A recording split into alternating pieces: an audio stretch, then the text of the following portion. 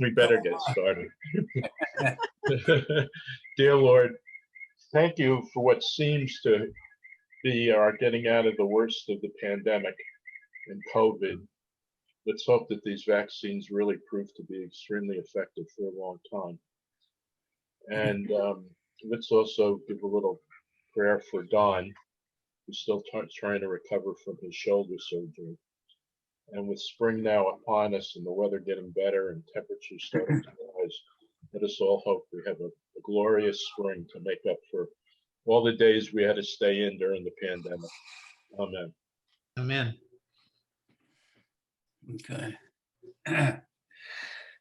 Before we start, I'd just like to thank Dave Goodale for helping me put together this PowerPoint presentation. He will be running the slides as I speak.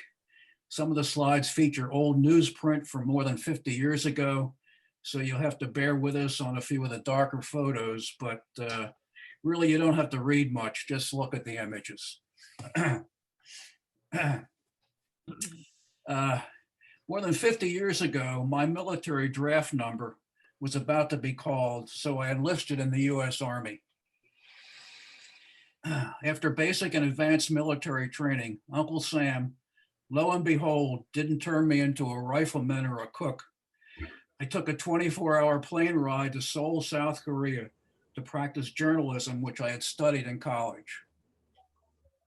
Next slide. I became a correspondent for the, next slide, Dave. I became a correspondent for the daily military newspaper, Pacific Stars and Stripes.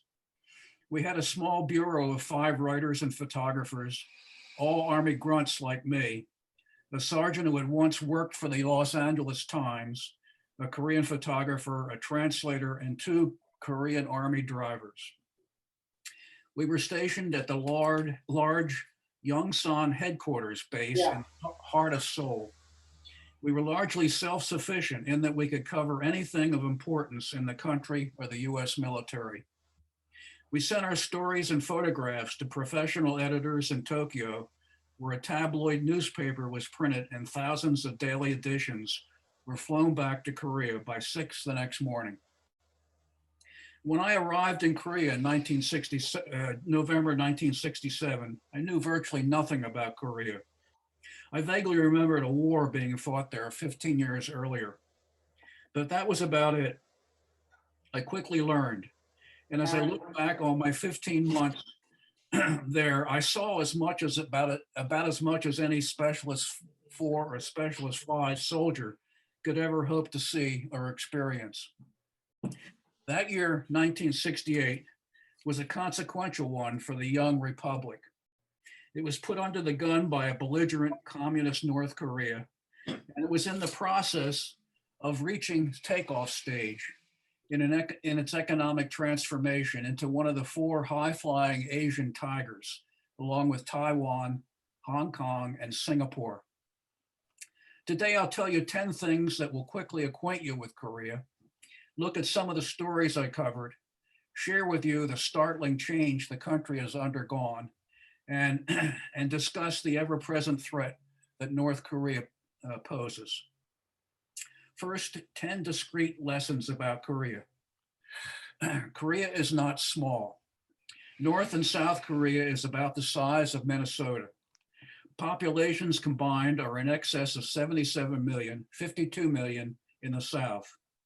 There are more Koreans in Korea than French in France or British in Great Britain. Korean is the 12th most commonly used language in the world. Greater Seoul exceeds 20 million, making it the 3rd largest metropolitan center in the world. Korea is not new. The Korean peninsula has been inhabited since 10,000 BC. Koreans have shared a common culture and spoken the same language for nearly 1,000 years. This is Lee Kyu, whose father was the last crown prince of Korea under the Yi dynasty, which ruled Korea for 5 centuries.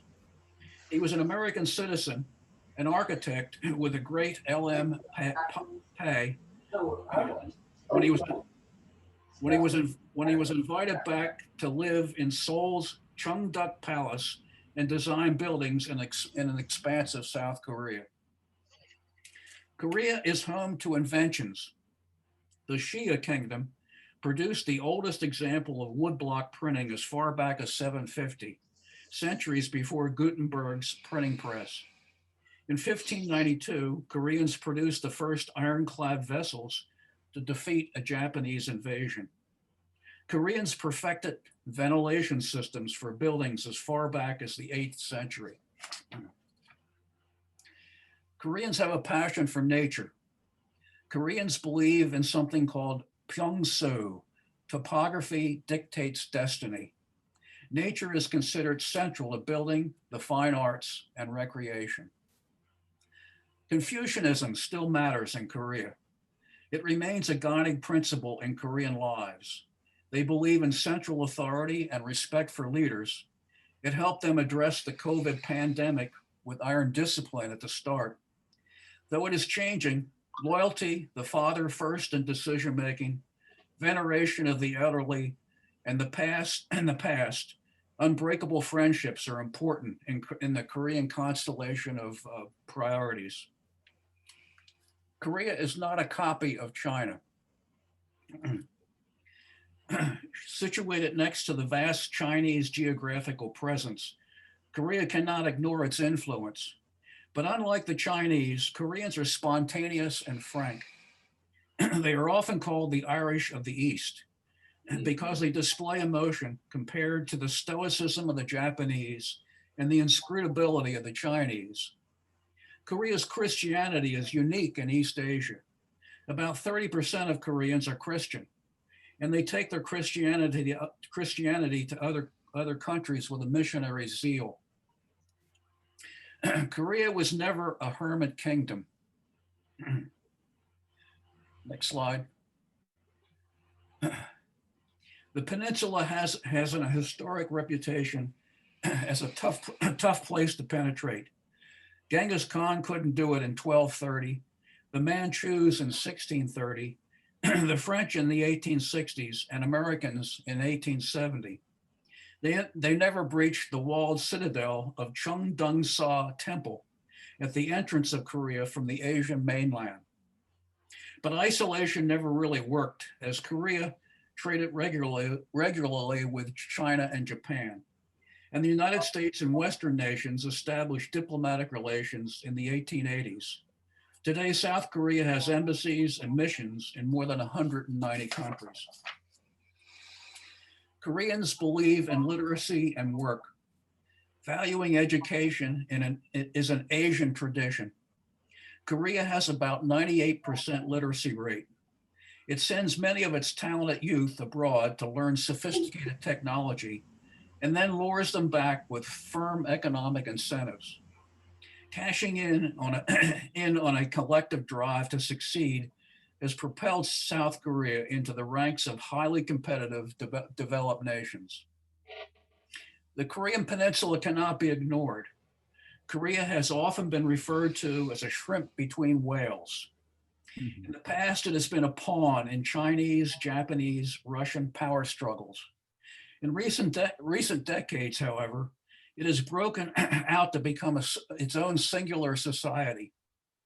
South Korea has become the 11th largest economy in the world. Korean film and music has its own special image and voice. Parasite won Best Picture at the Oscars 2 years ago. Korean pop bands win Grammys.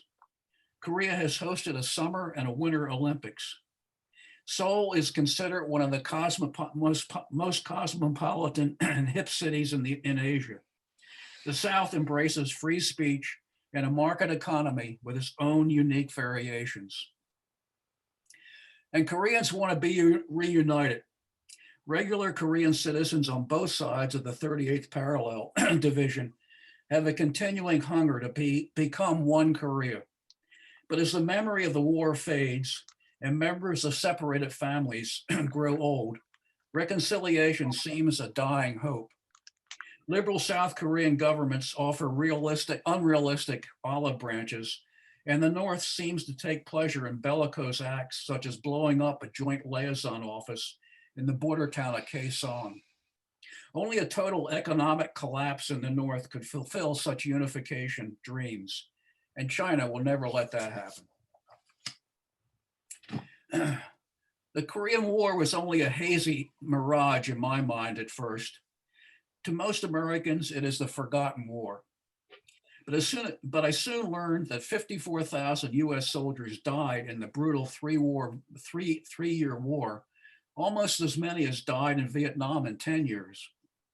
Soldiers from 16 United Nations countries fought on the Allied side: Ethiopians, Algerians, Turks, Thais, English from the Gloucestershire Regiment of Waterloo and Gallipoli fame.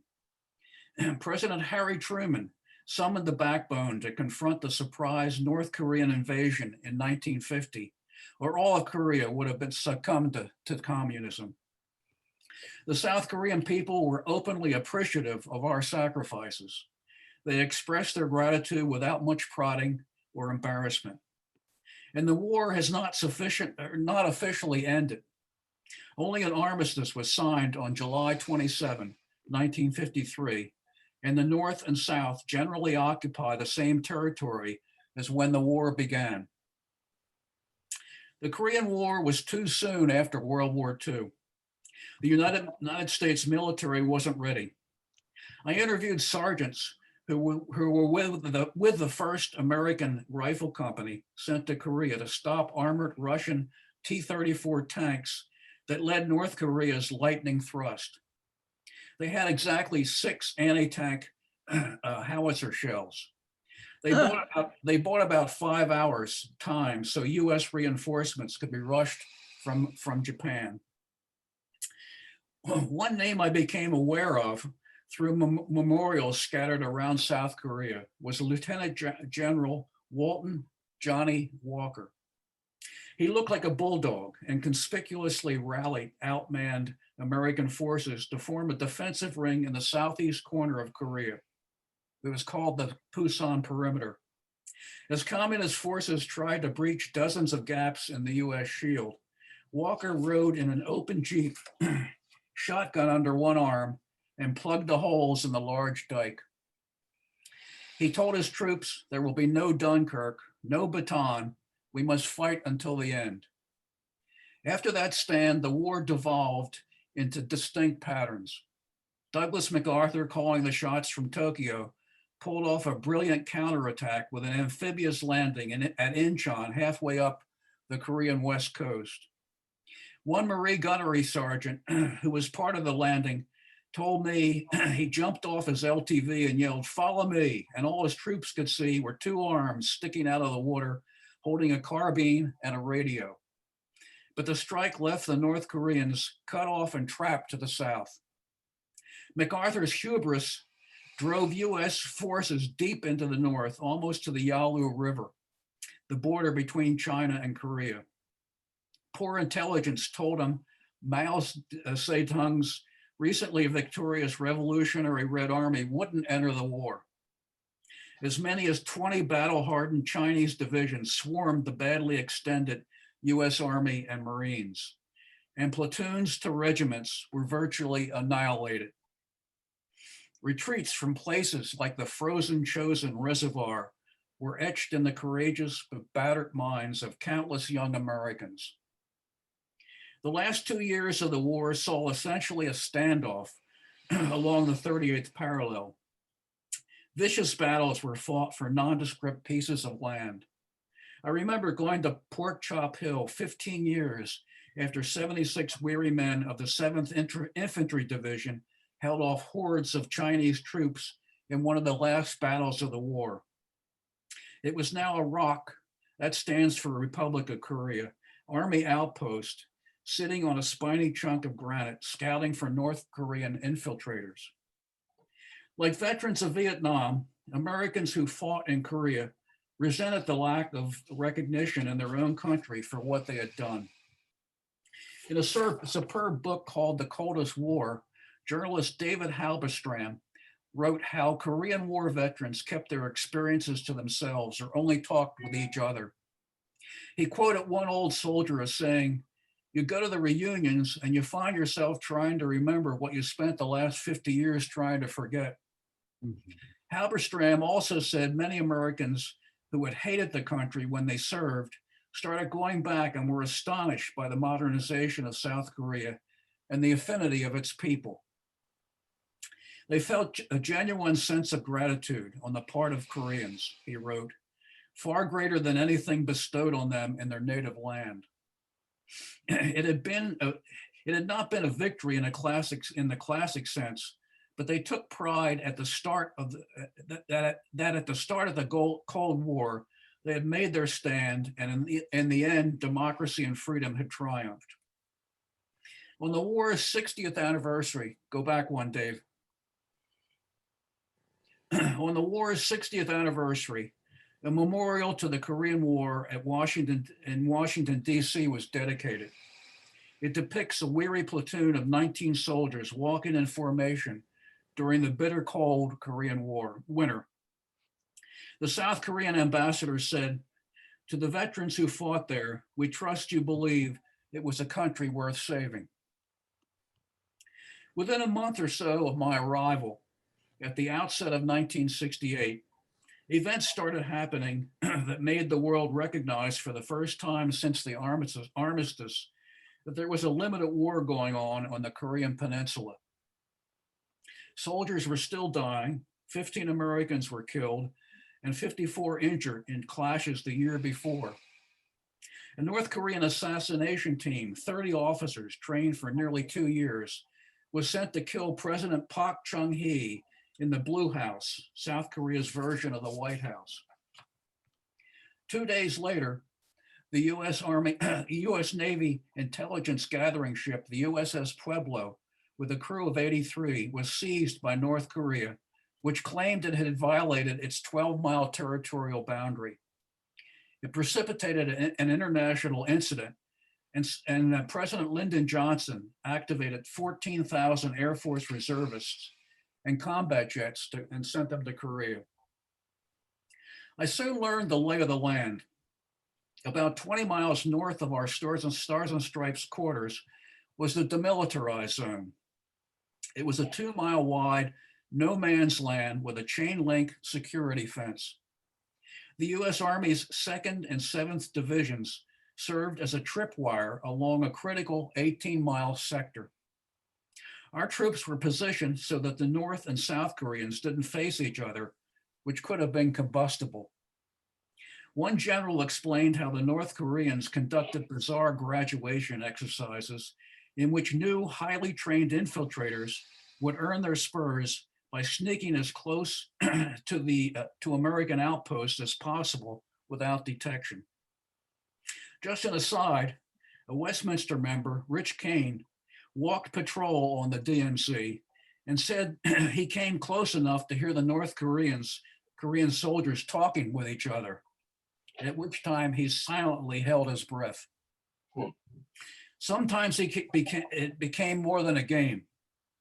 In a sudden, unprovoked attack, the North ambushed and killed 4 United Nations soldiers near the Panmunjom truce site. On remote East Coast beaches, they landed 120 armed guerrillas to set up bases and establish Communist Party cells. Commandos landed on the southernmost island of Jeju-do in a daring attempt to extract a top communist agent. But the most brazen outbursts were the assassination attempt on the South Korean president, which came within a half-mile of succeeding, and the seizure of the Pueblo.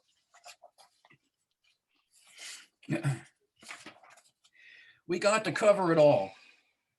I was taught all the fastest Jeep routes to the DMZ across village back roads and rice paddies. We had access to generals and regular soldiers, both American and Korean. The military flew me out to the aircraft carrier Hancock when it sailed into Korean waters as a show of force during the Pueblo crisis. My trusted sidekick was a Korean photographer T.W. Tony Chung, who had fought in the war as a 70-year-old, had a black belt in Taekwondo, was a decent translator and very pleasant until you got him riled. I made sure I never did. That picture, Craig? The other continuing story of 1968 was the beginning of the miracle on the Han. The Han was the principal river that ran through the Korean heartland.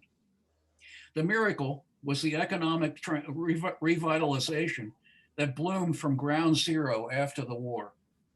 You couldn't ignore the poverty as you drove around Seoul. The city's primary color was brown, and kimchi cabs the size of thimbles dotted the streets. But you could also sense a spirit of determination and confidence in the common population. The driving force was an ex-general who seized control of the government with other officers in 1961. Pak Chung-hee had been born poor, trained in the Japanese army when it occupied Korea, served with distinction in the Korean War, and was thought in some circles to even be a crypto-communist. The US wasn't certain what they had in Pak, but he had a predilection for central planning, autocratic control, and forging bonds with private businesses, which in Korea are called chaebol. Homegrown entrepreneurs like Lee Byung-chul, founder of Samsung, agreed to cooperate with Park's concept of public-private partnerships, or else. Iron and steel mills, shipbuilding dockyards, petrochemical plants, automobile assembly lines sprung up. Construction boomed and superhighways linked major cities. Dramatic improvements in standards of living emerged. Technical aid from the US and foreign investment poured in. GNP growth hovered around 9%. Korea began to look like a mini version of Japan Incorporated back in its high-flying days. To say that Pak was no nonsense was an understatement. After the North Korean guerrillas tried to assassinate him, he sent 3 South Korean divisions to track them in the mountains. All died except one who surrendered, later defected, and actually became a minister in South Korea.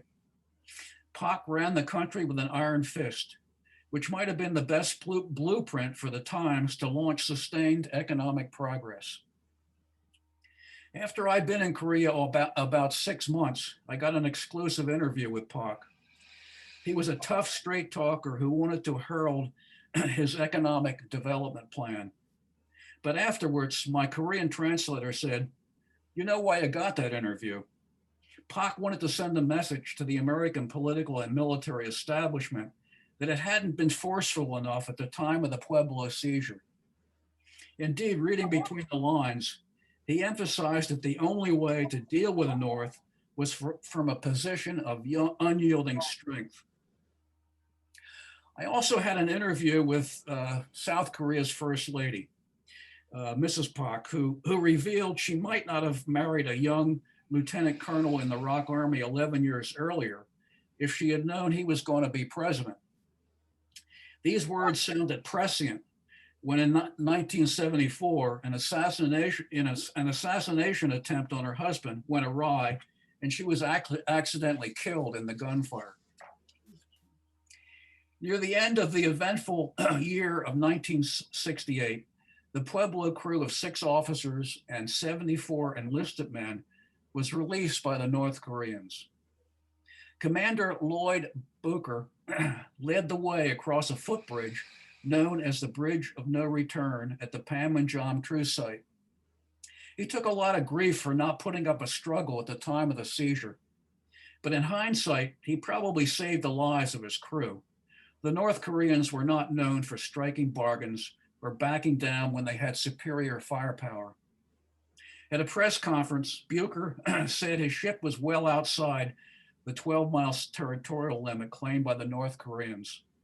During captivity, he said his crew was beaten and underwent concentrated torture in the weeks leading up to the release. Beyond the jousts with North Korea and the embryonic economy, I came to see a lot of South Korea and its people. Its culture, its natural beauty, the friendliness and inner strength of the average Korean left an indelible impression on me.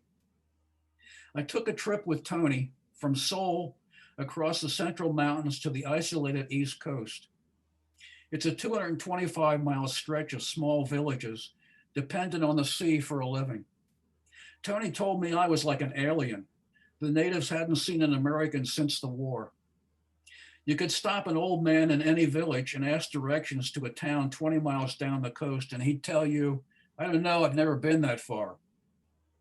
We came across fully clad women plunging into cold ocean waves with spiked 15-foot bamboo poles to spear brown clusters of seaweed. Dried on straw mats on the beach, it's sold in local markets for as little as $1 a batch. It was like we had gone back in time. Sokcho was a big East Coast fishing port, only 24 miles south of the DMZ. As many as 1,000 boats would haul in pollock, anchovy, and cuttlefish and be harassed by powerful North Korean patrol boats bristling with automatic weapons. Much further down the coast was Ulsan, an industrial city developing at a sprinter's pace, and Pohang, which had a rock Marine base where 2 Blue Dragon divisions trained for deployment in the central highlands of Vietnam. Word was the North Vietnamese Army and the Viet Cong gave these formidable units a wide berth. I visited a Kisang house, Korea's version of the more famous Japanese geisha tradition, but actually older. Beautiful women in long flowing dresses trained in the art of etiquette and conversation serve businessmen brimming dishes of food, play ancient instruments, sing dramatic songs, and perform folk dances. Korean chronicles are full of tales about alluring Kisang, casting spells over kings, princes, and even Buddhist monks and changing history.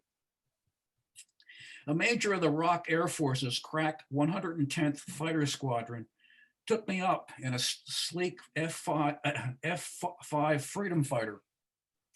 He put his jets through its paces, executing rolls, sharp banks, climbs, dips, flying upside down, all maneuvers he'd use if he were engaging a North Korean MiG. Then he announced, we're going up to Mach 1.2 in 4 Gs. That's accelerating at 4 times the force of gravity. Sitting in the seat behind his cockpit, I felt like I'd been shrunken down to the size of a baseball. Sitting in the, as we skimmed the central mountain ranges, my head ballooned, my stomach crumbled, and I sweated profusely. When we landed, the major got a great kick out of my wooziness as I sank to my knees on terra firma. I asked the old pro how he felt after his first flight. The same as you look now, he replied with a grin. A lot of the Korean military types I met were assured, skilled, and somewhat amused by an American soldier's lack of experience and exposure to danger. I thought I'd throw in this visit from Bob Hope and Anne Margaret on one of their trips to entertain troops in Korea. That is not me dancing with Anne Margaret. When I left Korea in January 1969, I'm not sure all of what I'd seen and done really registered with me as a callow youth. I'd sent all my Stars and Stripes clippings back home, and my mother put them in 2 large scrapbooks. But was I aware of having been in a country that was on the cusp of mushrooming growth and leaving its war-torn destitution in the dust? I doubt it. I tried to keep track of the progress and growing pains of a people and a country I had come to admire. It sounded like, in some respects, South Korea walked through Alice's looking glass. Its political evolution was fitful. The strongman Park swept aside a constitution and opposition to rule until 1979, when he was assassinated by his good friend, the Korean CIA director. It seemed like the only way to get him out of office.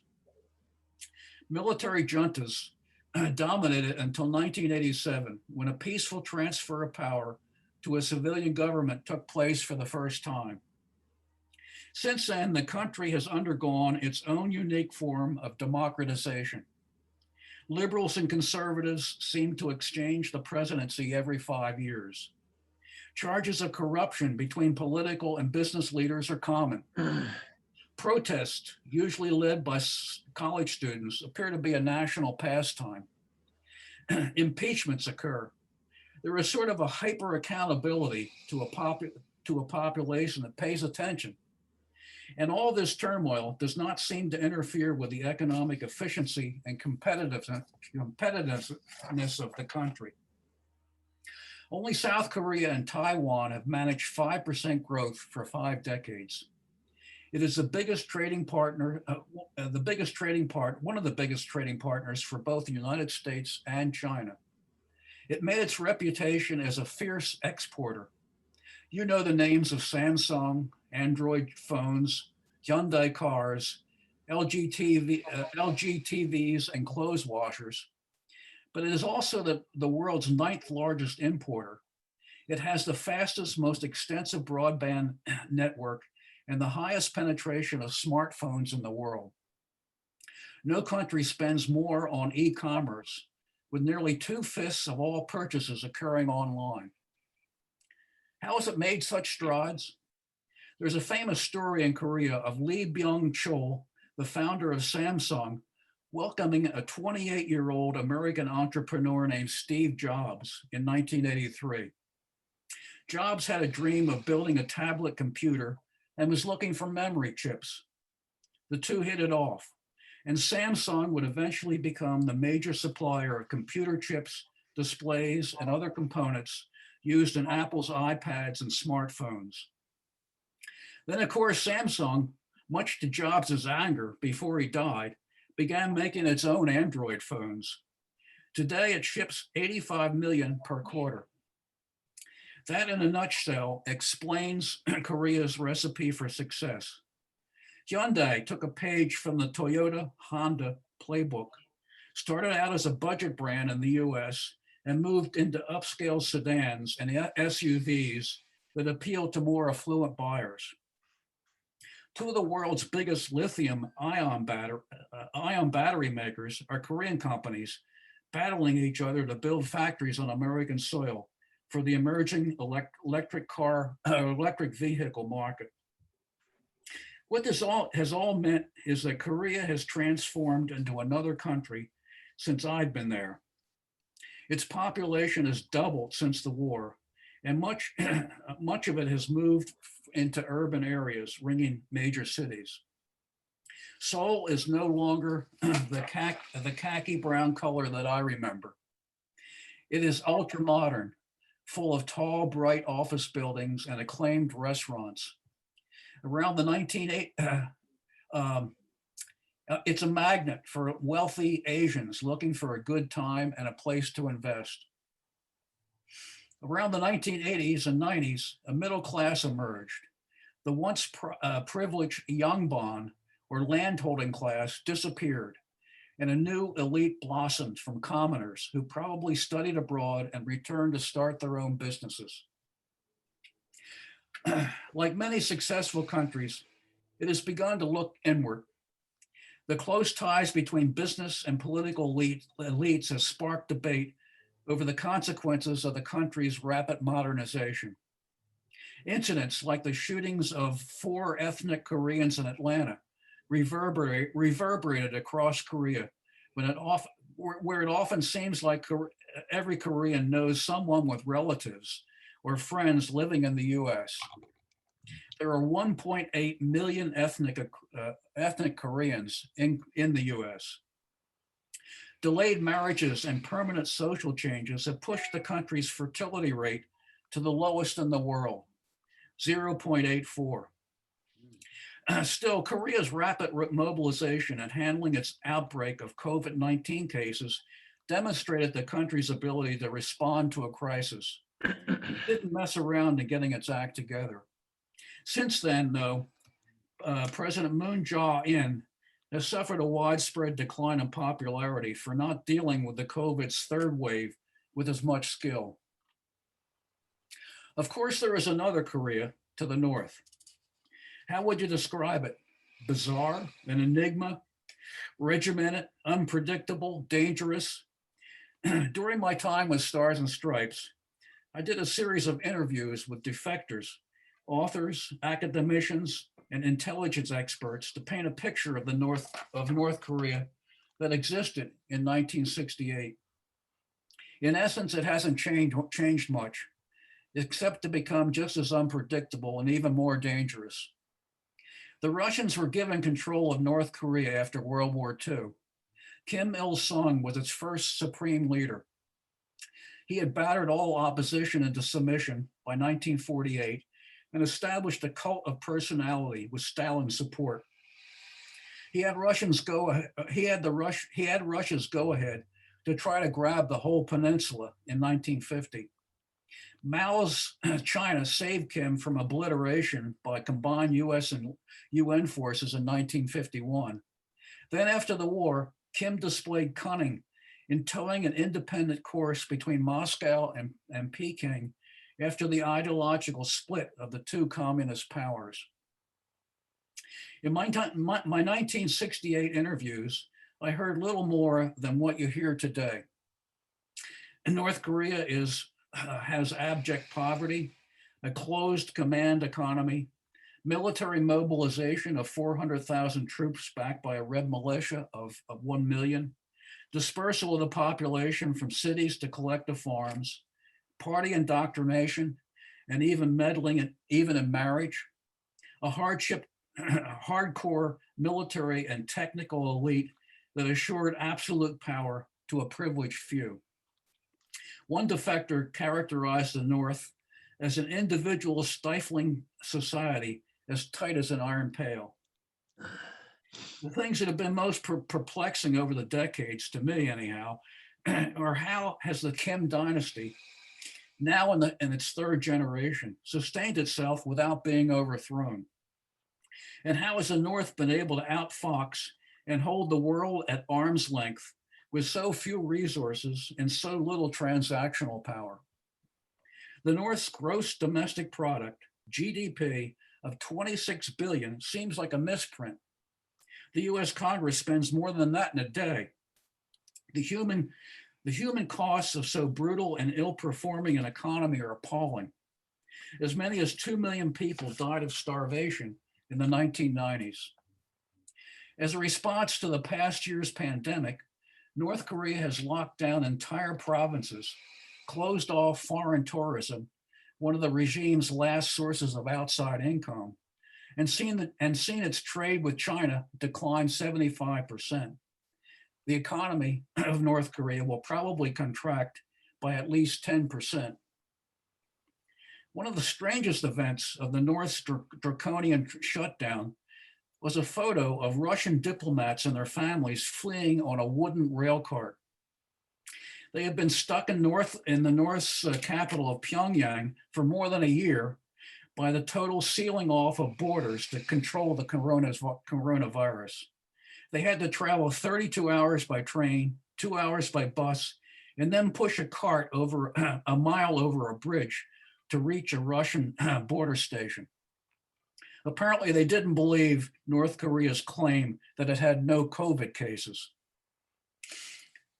But today's supreme leader, Kim Jong-un, sees himself as the uncontested master of a tiny state that by ruthless dedication and the development of a nuclear arsenal has forced the greatest powers in the world to deal with it as an equal. None of the major countries with a stake in the game, the US, China, Japan, and South Korea, have been able to shake Kim's conviction that his strategy is a brilliant success. A new 600-page biography of Kim calls the country's nuclear weapons swords of guaranteeing peace, and boasts that there has never been a time when all the world has been this focused on our people's greatness and dignity in our 5,000-year history. American politicians and strategists as well as their South Korean counterparts, have for decades pursued an enticing goal: abolition of the North's nuclear weapons and a verifiable North Korean commitment to remain nuclear free. President Trump tried both sanctions and economic rewards. At the turn of the century, South Korea's Kim Dae-jung implemented a so-called sunshine policy to induce cooperation from the North. He won a Nobel Prize for the initiative, but eventually it died on the vine.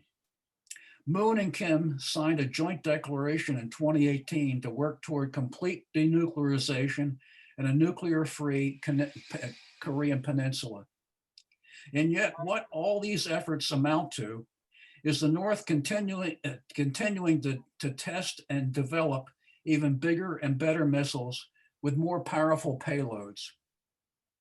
The Kim dynasty's core political philosophy is built around the concept of chuche, a Korean term translated as self-reliance. The elite hierarchy that runs the country is not interested in changing the political system or giving up its nuclear deterrent. So what if 25 million of its citizens live in an alternate universe of forced labor camps, a hand-to-mouth existence, and authoritarian repression? Not even its key political patron, China, is going to make it budge, nor does it want to. Kim keeps the US, South Korea, and Japan off balance and guessing, and that's fine with China. One can hope that things might change at the grassroots. New technology and smuggled foreign goods give North Koreans outlets to the outside. More than 33,000 North Koreans have relocated south over the years. Activists in the South used to float balloons over North Korean territory to inform its people of the vast progress and opportunities in the South. That stopped after Kim's sister complained they caused tension. Washington has a chance to try a new strategy with North Korea, but every time the free world reaches out, the North rattles its nuclear saber and we retreat back to a familiar standoff. As I look back now more than 50 years, there are a lot of ways to remember Korea and to see it today. And there's always the old TV show MASH with a great war movie send up by the same name. You may recall the football game in MASH, the movie, where they brought in ringers to play. At Stars and Stripes, we used to cover games between the 2nd and 7th Division, where top players from West Point and USC just happened to be stationed in Korea and were able to suit up. I'll probably think of a country that was just getting its footing after it had been decimated only a decade and a half earlier. Its people were tough and resilient, and they cared about the sacrifices Americans had made for them. I'm not sure this generation remembers, nor maybe do they need to. This new Korea has been carving out its own identity, and it stands confidently on its own feet. I guess I'm sort of surprised that we're still there. The US has 28,500 troops stationed in Korea, mostly along a still tense DMZ. Our two countries signed a 6-year cost-sharing agreement where South Korea will pay the US $7 billion to maintain an active military presence. I always had a gauzy belief that the North would collapse and be folded into a unified Korea like the Germanys were. I think the one thing I'm grateful for is that I spent a lot of time in a country halfway around the globe. The American humorist Ambrose Bierce said America fought wars to learn geography. Well, my war wasn't that hot, but I did learn a lot of geography. I wrote about what I saw, and I came to respect the people, culture, and the Korea that has taken its place in the world and made itself a force. That was, and still is, worth remembering. That's it. Yeah. Mm, Great. wow. Wow. Very good. Thank you, Craig. Thank you. Welcome. Boy. Any questions? Very nicely done. Craig, this is Dave. Did North Korea ever return the Pueblo? Yes, yeah. Oh, no, the ship, they never did. Never did. No. Yeah, the ship. I'm sure they took it apart as soon as they captured it. Yeah, yeah. Sounds like they would. Technology-wise, it wasn't much of a ship. No, but it probably had a lot of high technology on it at the time, of course. It wasn't Captain Butcher criticized heavily for not scuttling it. Well, yes, he was. And the South Korea thought that the U.S. should have dispatched planes to bomb the whole, to bomb the ship and the captors. But you know, they're hardcore. But the North Koreans don't mess around. I think Booker felt more like saving his crew than putting up a fight. He didn't have the power or the ability to put up a fight No, when there were four North Korean ships or speedy ships that captured it. So they were vastly outmanned, and he used a better part of valor to save his people. Mhm. Craig, good, Yeah. great job. Two questions. One, how, when you look at Korea, its size, number of people, and so on, how did that country gain, and all that it's been through with wars and everything in such rapid succession, how did it get from where it was to being, well, you'd have to consider a world power amongst everything else that's going on? I guess that's one question. The other question, without getting too political, all that went on over the last several years with President Trump and North Korea, what did you think about that when it was going on? Well, I can only tell you that South Korea, I think, probably it wasn't an advantage to have a war, but it totally decimated the country. It had to start from new, and it has a population that's distinct from the Japanese and the Chinese. They're very hardworking. They believe in education. They have a determination, and they've always seen themselves as underdogs. So they have worked harder and their combination of public-private partnerships, spurred by that military at the beginning, gave them an advantage in that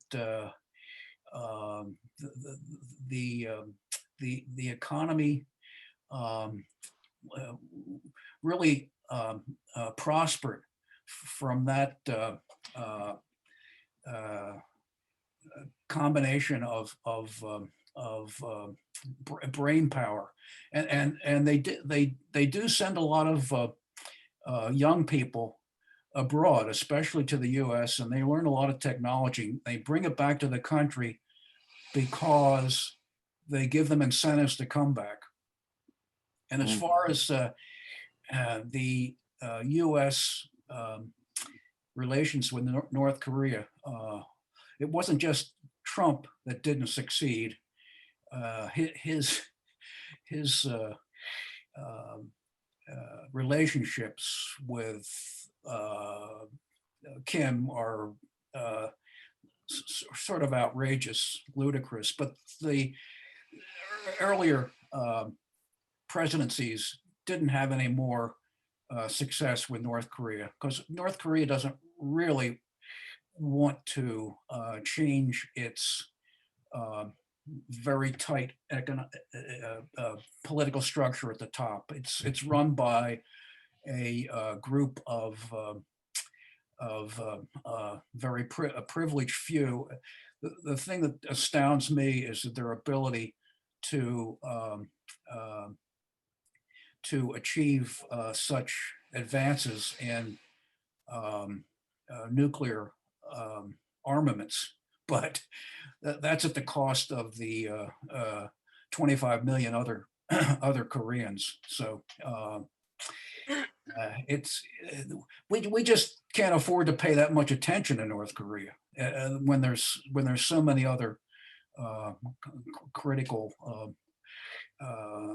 places in the world that we have to deal with, and you know, we're more concerned with China, and China, as I said, they really don't want North Korea to crumble and be folded into the South. That's against their wishes and their strategic interests. Craig, you mentioned that South Koreans have a strong Christian bent, and they're pretty active practicing their Christianity. And I saw it in New York. There are pockets of Korean population throughout Queens and Brooklyn, and they've shared churches with other Christian denominations. And where Christian denomination churches were falling apart, they've taken them over and rebuilt those churches. Do you think their Christianity is very long lasting? Is it temporary? What do you think? Well, in Korea, it's perhaps the major religion. 30% of South Koreans call themselves Christians. A lot of Catholics. When I was there, that was true. There were a lot of U.S. missionaries, Protestant missionaries, that had come and set up hospitals in South Korea, and that sort of started their adoption of Christianity. But it's a very strong religion. It's much different than any other Asian country, in that it's a stronghold of Christianity, and it dispatches missionaries to other parts of Asia and all over the world, to Africa.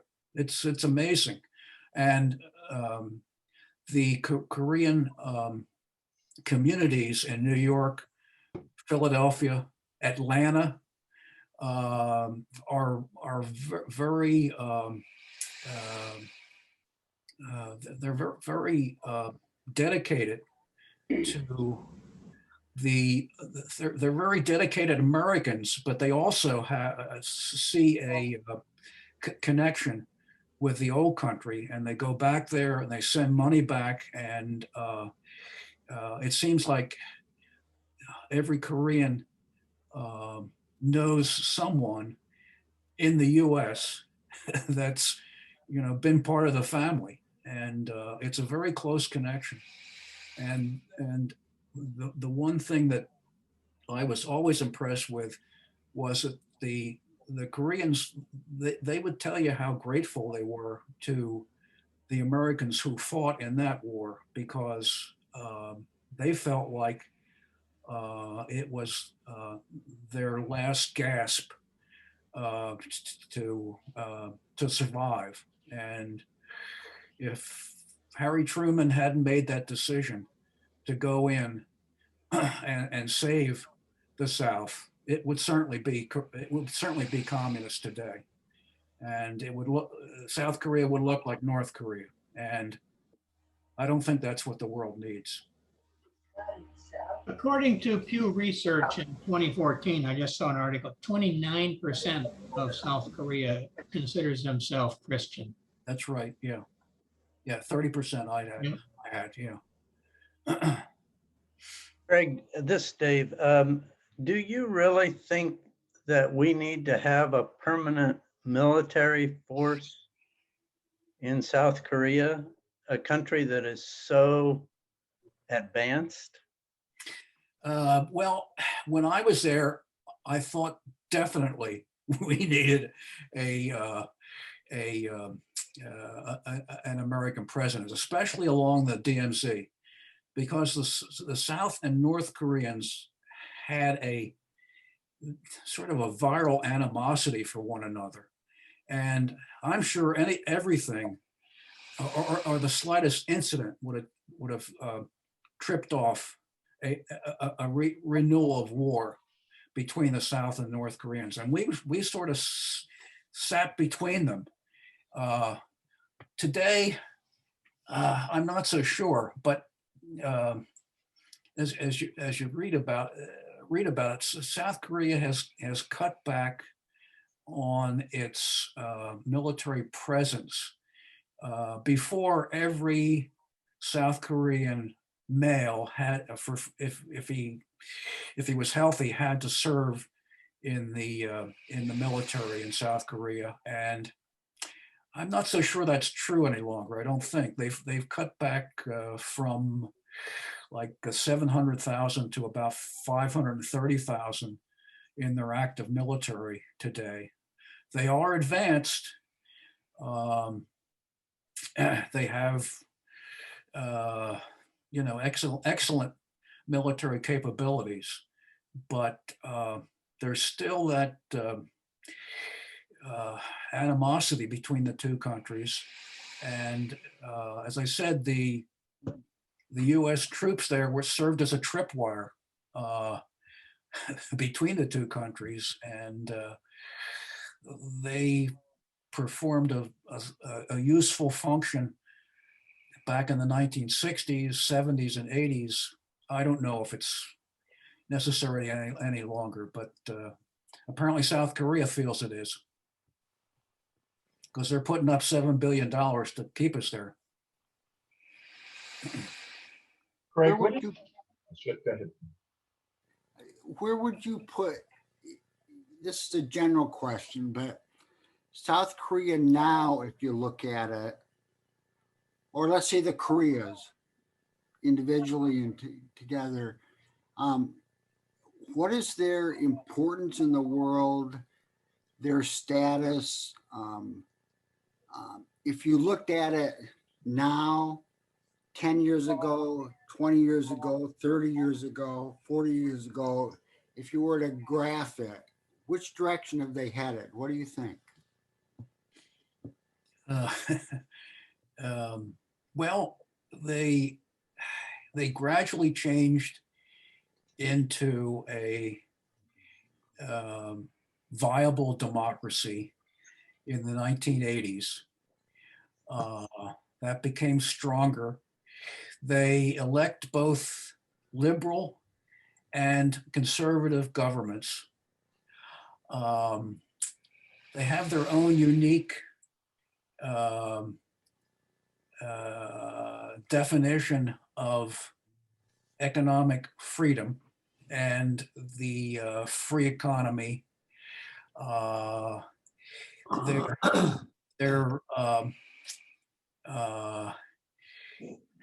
They still, I think, see themselves to some degree as I said, a shrimp between whales, between China and Japan.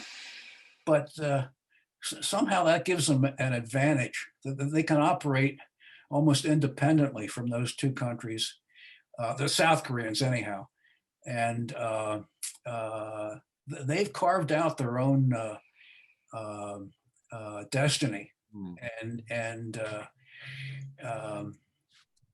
it's I don't know, it's an admirable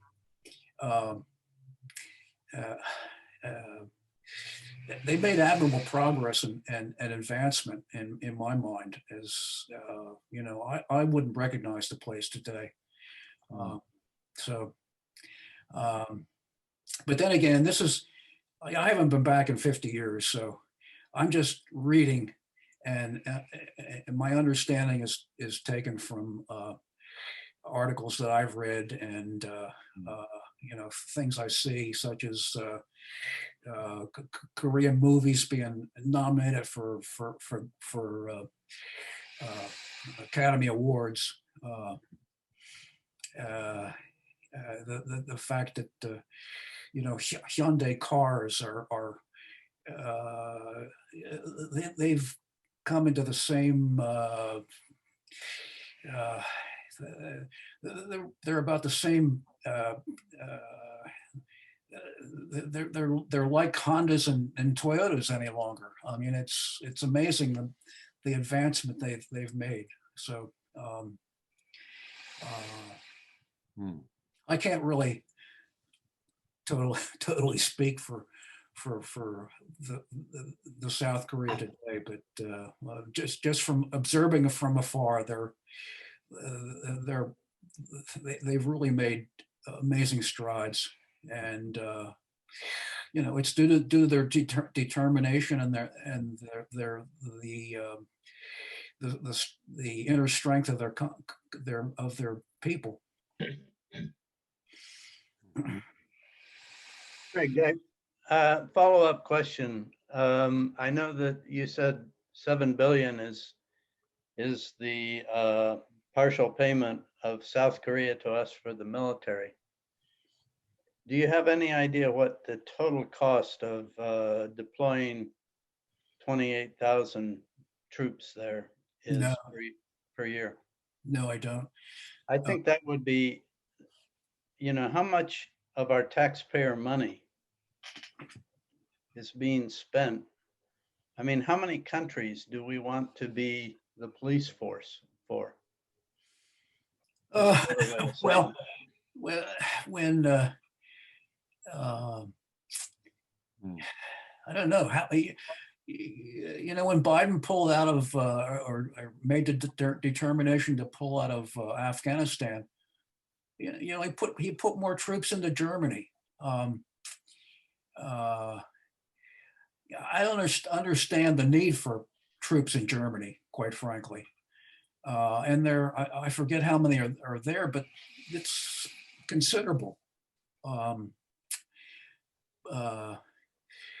The $7 billion that the South Koreans have agreed to pay us is not to pay for the soldiers'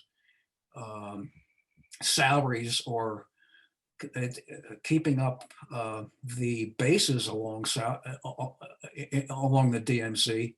It's for things like maneuvers and the joint maneuvers with the South Koreans, and so it's probably 5 to 8 times as much for us to keep troops there, and I don't know. It's that's for the for the politicians to figure out, and the diplomats. Greg, take a stab at what you think may be some of the major reasons why there's such tremendous hostility between the North Koreans and the South. Is there something in their history, their culture? Are more people in North Korea of Chinese extraction? What's the root of why they have such hatred for each other? No, the North and South Korea is very homogeneous. North Koreans are not of Chinese extraction or Mongolian extraction. I mean, the historically they may have come from the mainland thousands of years ago, but they're of a common homogeneous extraction. The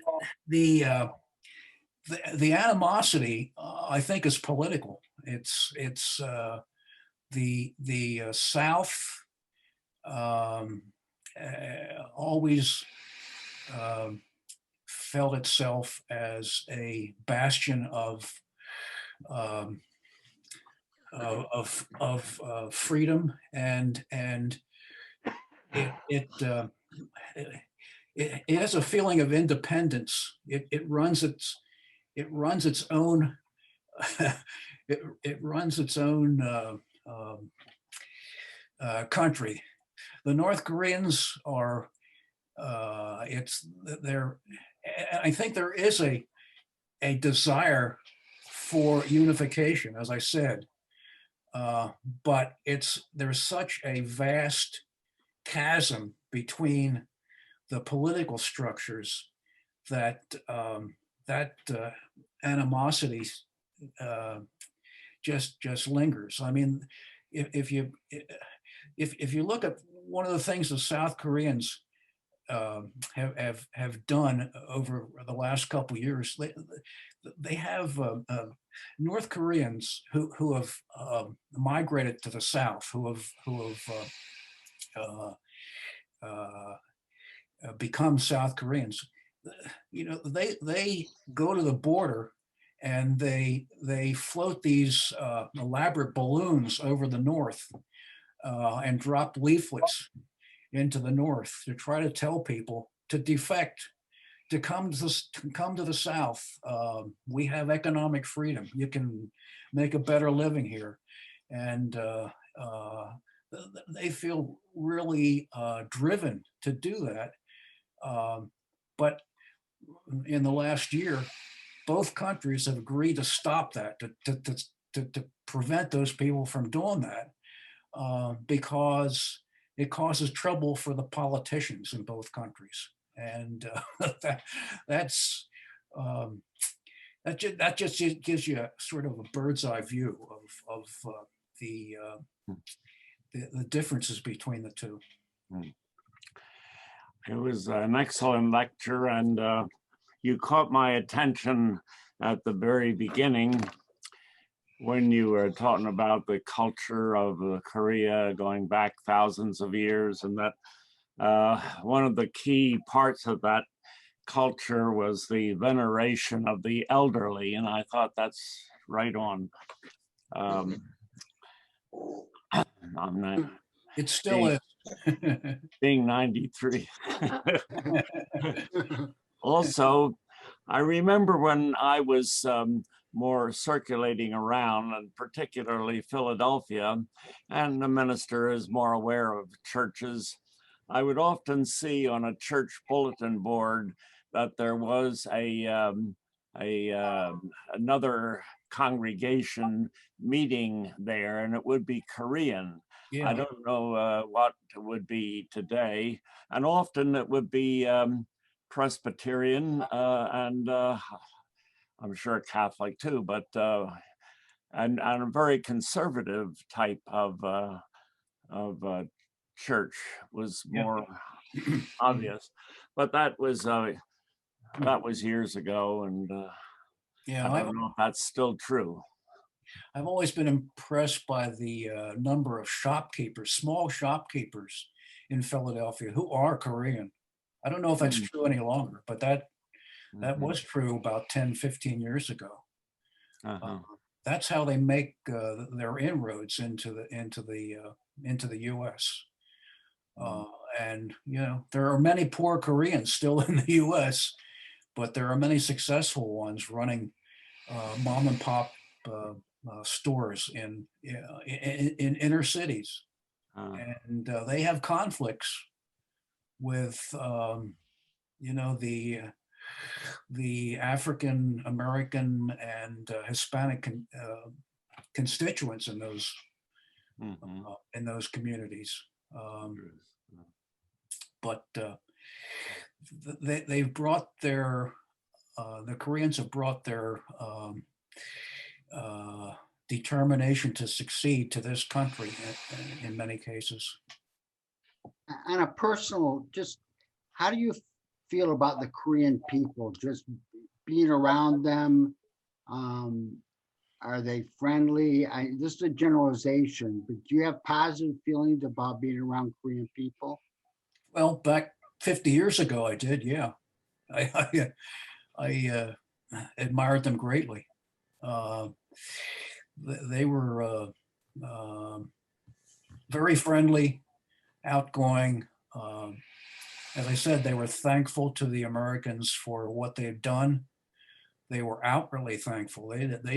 Some of them would come up to you and just thank you before, when they saw you were American, they'd come up and thank you. Um, I liked the people. I thought they were, there, there are uh, uh, uh,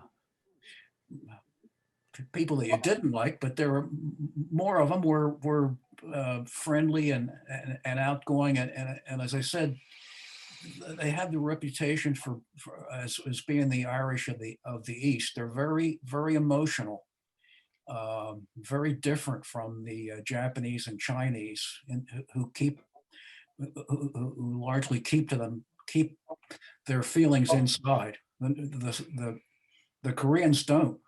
They'll tell you. I mean, they're very emotional. They're outgoing, and I like most of them I came in contact with, and as I said, my friend Tony, who was a photographer, I'd stake my life on going places with him. Into I mean, we went on searches for infiltrators together, and with the U.S. and Korean military, but he was a great guy. Wow. Craig, it just occurred to me when you went over there, I had just graduated from high school. Yeah. Were you doing all your story writing on a typewriter? Yeah. Yes, we'd write on a typewriter. We'd give it to the editor, who claimed had been with the Los Angeles Times. We're not sure he was. He would edit it. Then we would give it to a teletype operator, who would send it by teletype to Japan. And Japan was where Stars and Stripes had their main headquarters, and they had professional editors over there, guys who had been in the newspaper business in the US. And they would edit the stories, and they would put together about I would say a 48 to 56 page tabloid newspaper. They'd print it, they'd send it by plane back to Korea. They would distribute it. I think troops along in the 2 divisions along the DMZ, I think they maybe got it for free. But they sent back thousands of copies every day. It was a daily newspaper. It was an impressive operation. We got 2 pages of Korean news in every edition. So we had to produce stories every day, or we had to come up with some kind of feature story, or and as I said, I had 2 pretty thick scrapbooks of all my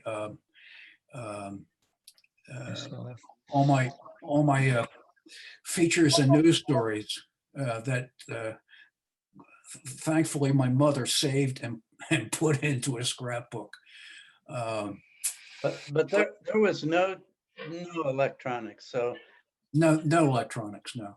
Everything was sent by mail, and It was electronic. It was a teletype that we sent it back to Japan. That was electronic. Wait, but what is a teletype? Teletype is like a large typing machine Right. that you can input several stories into and send them across huge spaces, the geographical spaces. We sent them from Seoul to Japan, to Tokyo, which was, I don't know, 300, 400 miles maybe. Sounds like magic. Yeah, I mean, my grandfather was running a newspaper when I graduated from high school, Yeah, and there was nothing that they did electronic. yeah. He typed with 2 fingers Yeah. the whole newspaper. Well, I'm sure in Tokyo they set up, they set the type maybe by hand and printed the newspaper, but it was an impressive operation. I went to Japan. I went to Tokyo for 2 weeks one time and saw the operation over there and got to travel around Japan and Tokyo. And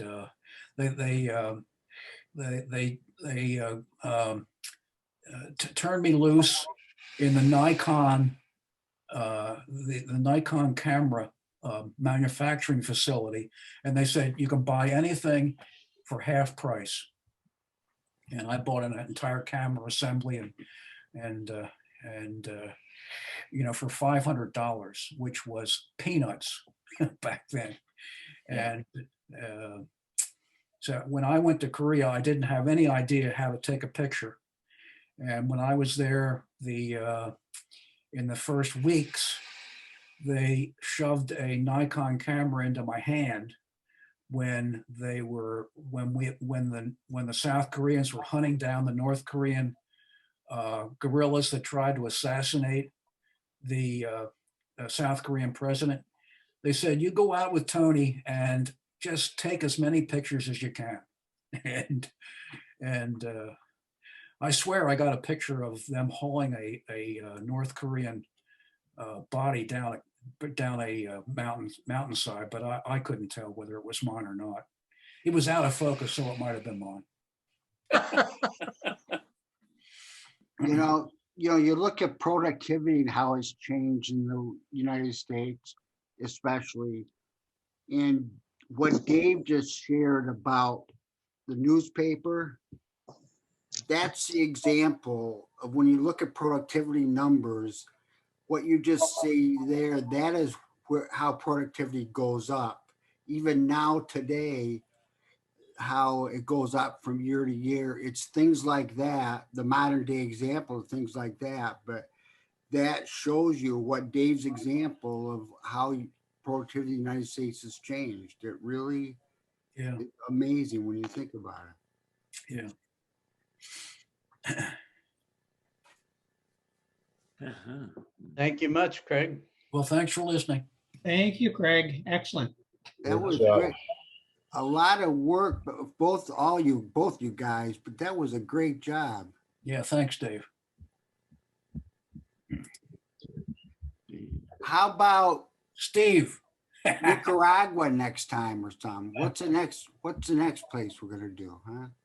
Here's a friend of mine from college, Steve Adams. He sat in on the presentation today. Good presentation, Greg. He's in West Palm Beach, Florida, and and we spent 4 years at Ursinus College together. Great. Trying to flunk out. That was almost Old Testament times. Yeah, it was. 1960 to 64. All right. Well, welcome. Thank you. Thank you for sharing him with us. Yeah. Thank And Rich Kane was going to sit in. He sat in for a half hour, I think. But Rich was, I don't know if any of you know him, but Yeah. he's a loyal Westminster member for a long time. And he was in he was in one of the infantry divisions along the DMZ, I think a year after I was there. And he tells stories about going out and walking the line along the no man's land in Korea and in the along the demilitarized zone. And he said you could hear North Korean soldiers talking back and forth. And he said, man, you didn't mess with them because they would shoot you faster. They were trigger happy to some degree. And he said, I just held my breath in several instances because they were nasty people, but they were trained to be. So, see you later, Steve. Thank you, Craig. Okay, Thank Craig, thank you. What's next week on the schedule? Dave, It's- Walter, what do we have? It's,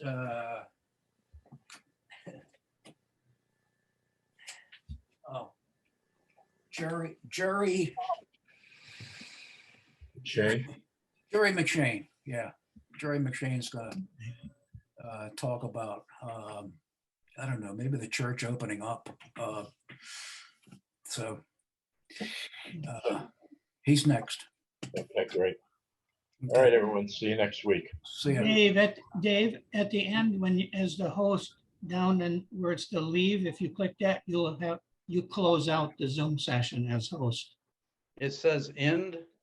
Yep, Do I and then if click? you click that, another button will pop up to end the session. Bye, guys. All right, Bye. okay, Thank I'll you. try it. Yeah. Thank you. Bye.